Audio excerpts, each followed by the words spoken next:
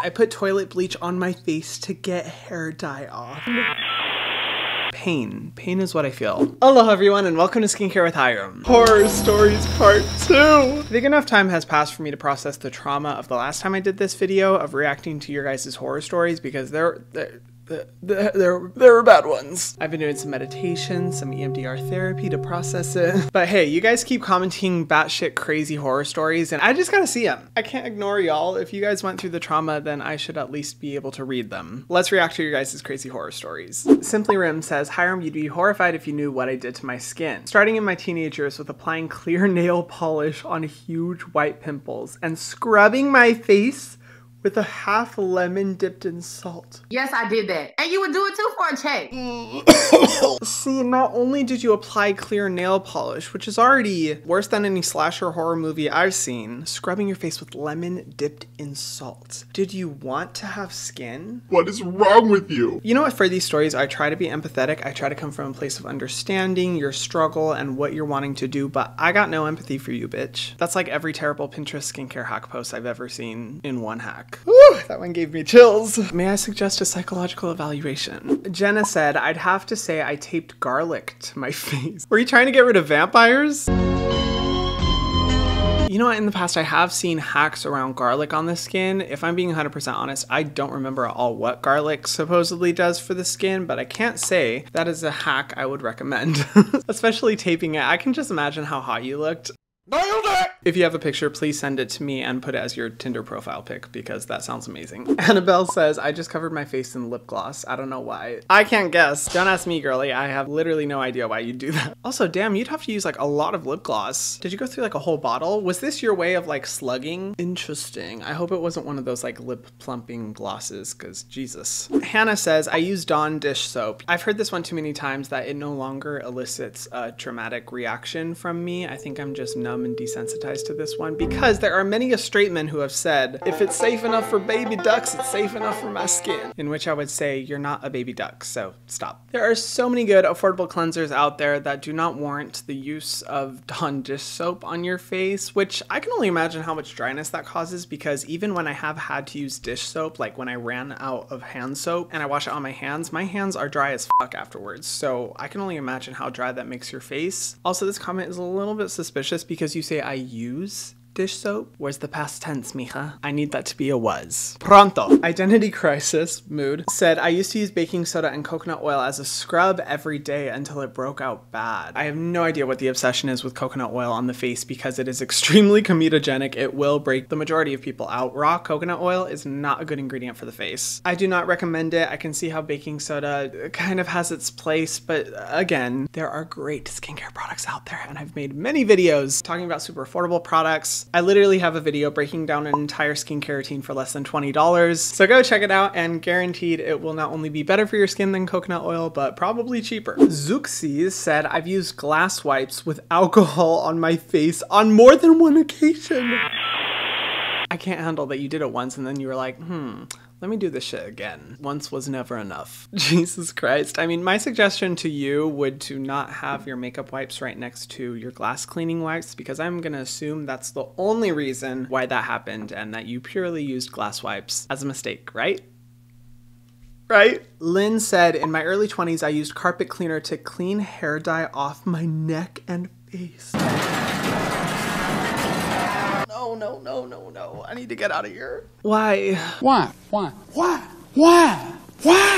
The f would you do that? Is your skin shag? Is it microfiber? I don't think so, bitch. I don't even know the ingredients in carpet cleaner, but judging off of the pungent smell, I'm just gonna take a wild guess and say that that's pretty terrible for your skin. How did you not get chemical burn? I'm very confused. And rereading this, you said you're in your early 20s. Ma'am, that is far too old for this bullshittery. For these shenanigans, knock it off. I am holding you accountable. Not okay. Jesus, these are so much worse than I thought. Elin said, my cousin wiped her eyeliner off with deodorant. For a while there was this trend on TikTok to use deodorant as a face moisturizer because it helps prevent excess oiliness in the face, which just kind of made me laugh. Like deodorant? But I guess I am impressed if deodorant does have the ability to actually like take off eyeliner, because that's pretty impressive. I know a lot of cleansers and even makeup removers that aren't able to do that, so that sounds interesting, but I'm glad it was your cousin and not you. Slap your cousin for me. Mwah. Mina said, I used Sharpie on my face to do a Halloween makeup so it would last. Yeah, you know what? I have run into this story a few times when I've interviewed you guys at Targets. A lot of you guys have used Sharpie on your face, but I'm not super surprised. I feel like everybody when they were little drew permanent marker on their face. I feel like that's just kind of like a normal part of growing up. Now, if you're an adult and you did that, you shouldn't be able to vote.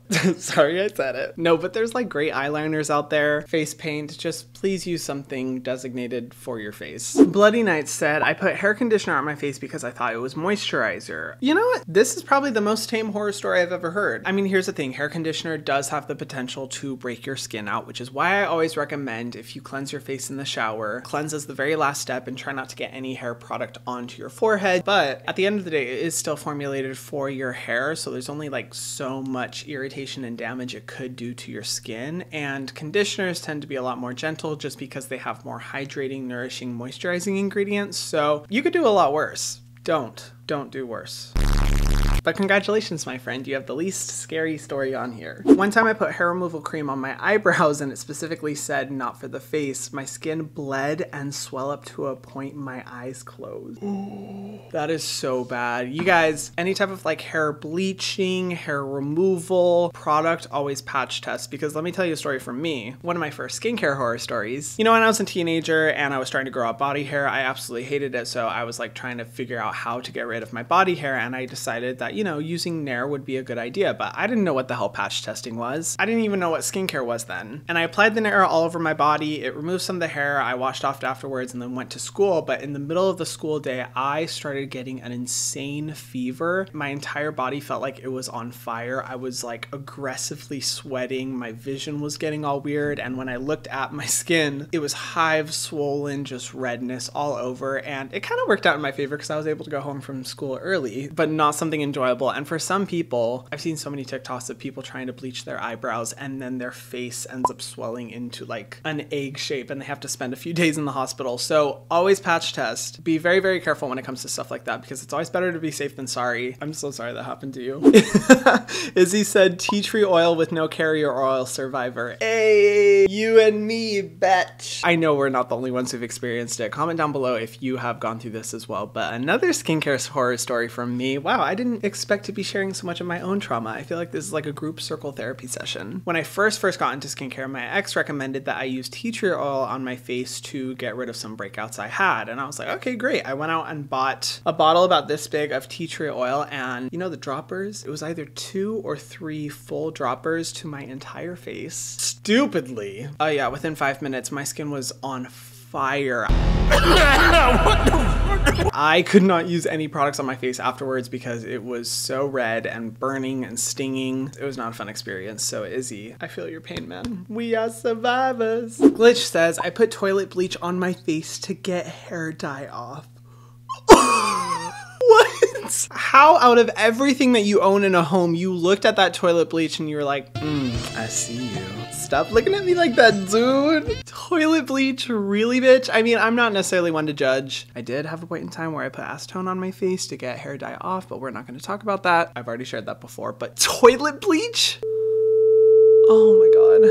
Pain. Pain is what I feel. I don't know if I can handle anymore after that. That might actually be my max. Okay, well, I think that's enough for today. Y'all, that last one really fucked me up. I don't think I can react anymore because I can't get the imagery of you applying toilet bleach on your face out of my head. That mental imagery is worse than the fucking telephone scene from Hereditary. Safe to say I am genuinely horrified and disturbed. Oh my god. Okay, well, I'm going to wrap up this video. I think that is all my mind can handle for today, and I'm gonna go and swig an entire bottle of tequila to numb the pain. Just kidding, you guys, don't be scared, I'm fine. Anyway, I hope you guys enjoyed this video. Let me know if you have any of your own horror stories that you want to share. Please comment them down below because I will be making more reaction videos like this. These are, I wouldn't say my favorite to do, but you guys seem to love them, so we'll carry on at a pace that is mentally handleable by me. Handleable.